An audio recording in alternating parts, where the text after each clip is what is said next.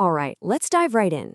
Today, we're unpacking a story that, it's got everything: international diamond deals, a shocking murder, and a secret past that was literally erased by war.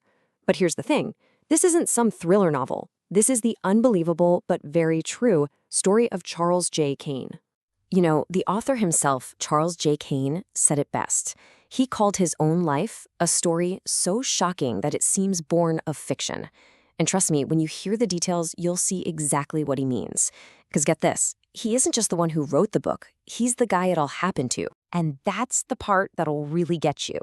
This isn't made up, it's real. It's the true story of a man who had to find his own past just to solve a murder in his present. So, where do we even begin? Well, this story doesn't start at the beginning of a life, but at the brutal end of one. Let's start with a murder in San Juan. Okay, so picture this. It's the 1970s in San Juan, Puerto Rico. Charles J. Kane's adoptive mother, who's a pretty prominent diamond dealer, is murdered. And what's really chilling is she wasn't the only one. Several other Jewish jewelers were also killed around that same time. This one violent act just blew his entire world wide open. But here's where it gets truly wild. To solve his mother's murder, Kane had to solve an even bigger mystery first: his own life. A past that war had just wiped off the map. So you've got to be asking, right? Who was this guy Charles Kane before all this chaos? Well, the truth is, even before the murder, his life was basically one giant question mark. Just look at this timeline. He was born in Nazi-occupied Brussels in 1942. After the war, he gets separated from his family and adopted. He's raised all over the place: Caracas, New York, and he finally settles down, or so he thinks, building a quiet life as a science teacher in Puerto Rico. But as he starts digging into his identity, he finds out something absolutely devastating. His birth parents? They didn't just disappear during the war. They were murdered at Auschwitz. Can you even imagine that? He had been a Holocaust survivor his entire life and had absolutely no idea. And to give you a sense of how incredible his survival was, just think about this number: 3,000.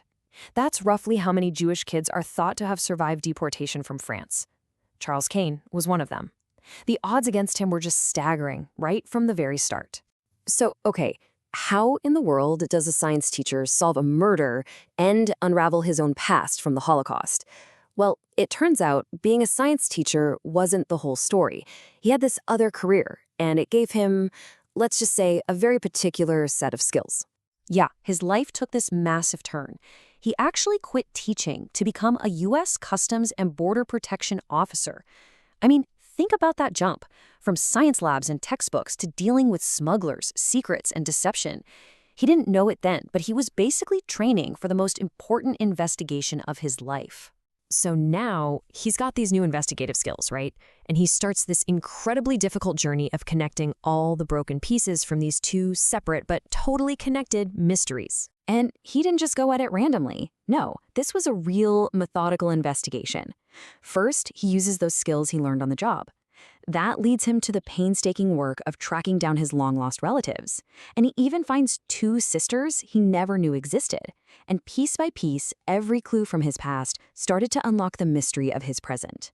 And, he wasn't doing this all alone. He managed to build this incredible network of support. We're talking the FBI, various Jewish and Christian organizations, even a journalist over in Belgium. It really took a global effort to piece a life back together that a global war had torn apart. All right, so after all of that, where did it lead? This is the truly astonishing conclusion to his story. After years and years of just relentless digging, using his professional skills to solve this deeply personal tragedy, Kane puts together a case so solid, so undeniable, that he basically forced the FBI's hand. And they did. They revealed the no identity of his adoptive mother's murderers. The science teacher from Puerto Rico, he did it. He solved the crime.